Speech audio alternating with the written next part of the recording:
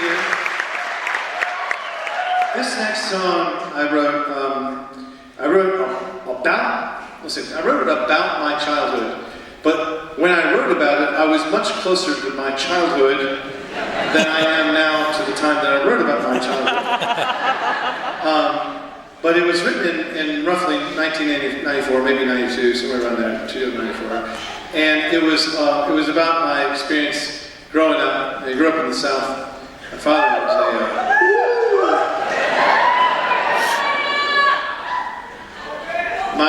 my father was a construction worker, so I spent a lot of time on construction sites. And one of the more character-building angles of that experience was when the workers would have their break, and they would each get a few tall boys of malt liquor. And somewhere at the end of the break, usually Wayne Henning, who was one of the main carpenters, would corner me somewhere alone. And he would tell me all the crazy shit he'd do if he was president.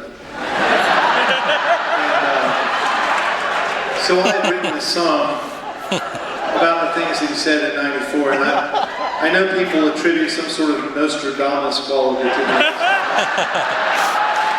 But it's really Wayne Henning was the genius. Here's the song.